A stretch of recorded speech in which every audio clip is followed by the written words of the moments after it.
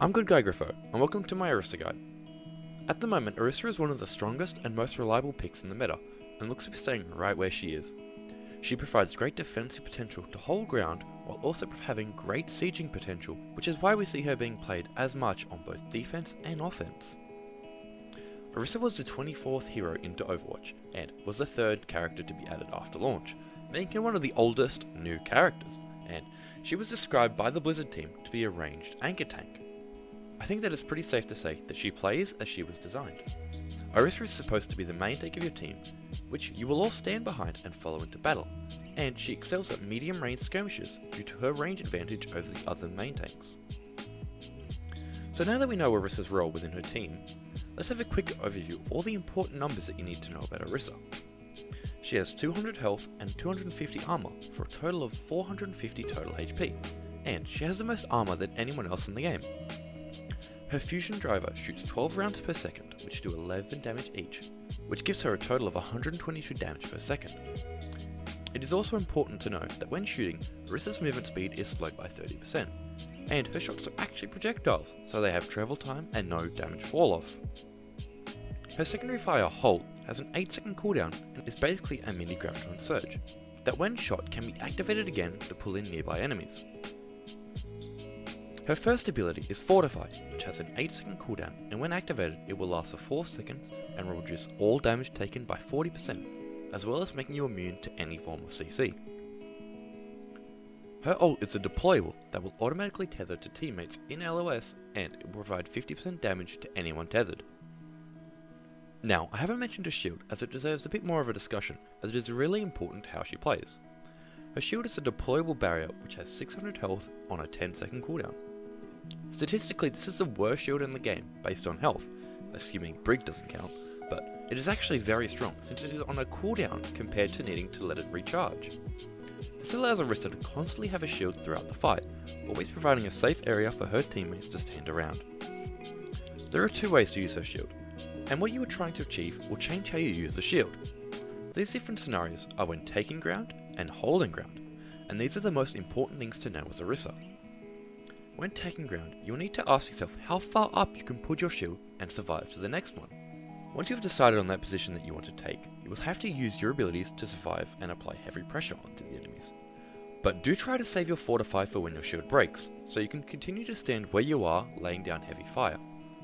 This does take some more experience, but it will get easier as each game goes on as you get used to your enemies.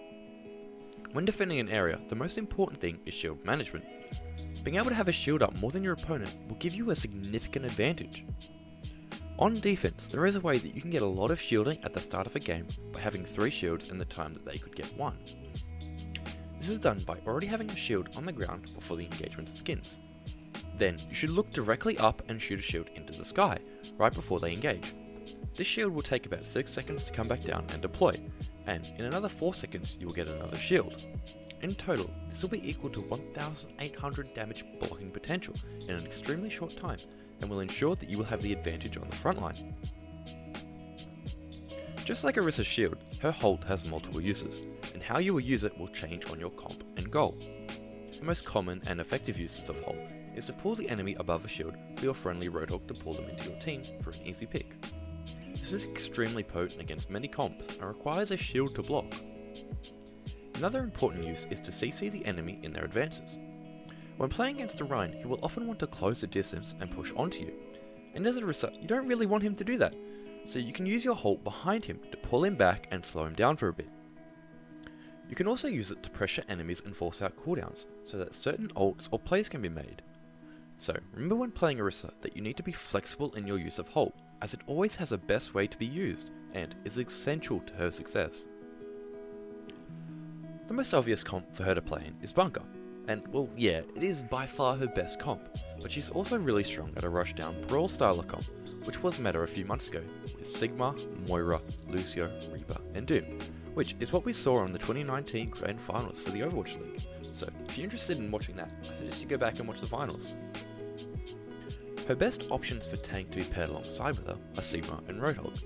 Each of these characters provide lethality to her Halt, and one way or another contribute to the shield fight by providing extra shields or having lots of shield break. Okay, so So that's about all in terms of abilities and in-game tips, but I wanted to talk to you about something that anyone can do despite mechanical ability, and that is communication.